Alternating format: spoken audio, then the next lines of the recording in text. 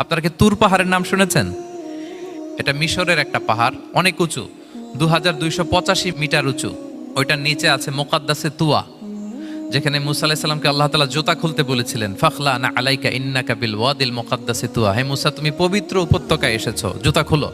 এখানেই আল্লাহ তাআলা মুসা আলাইহিস সালামকে তাওরাত দিয়েছিলেন, মেজর একটা আসমানি কিতাব দিয়েছিলেন, এবং সরাসরি মুসা আলাইহিস সালাম এই পাহাড়ের চূড়ায় বসে আল্লাহ তাআলার সাথে কথা বলতেন। ওয়া কাল্লামাল্লাহু মুসা তাকলিমা, উনি সরাসরি কথা বলতেন, এটা ওনার একটা স্পেশাল বৈশিষ্ট্য ছিল, ক্যারেক্টারিস্টিক্স। এবং আল্লাহ তাআলা নূরের তাজাল্লি দিয়ে এই পাহাড়কে একবার জ্বালিয়ে দিয়েছিলেন।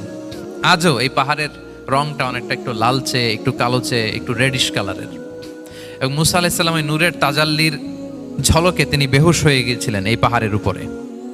ইয়াজুজ মাহুজ যখন কিয়ামতের আগে আগমন করবে, তখন মুসলমানদের সেন্টার হবে, ঈসা আলাইহিস সালাম মুসলমানদেরকে নিয়ে ওইখানে অবস্থান করবেন, এই তুর পাহাড়ের ওখানে।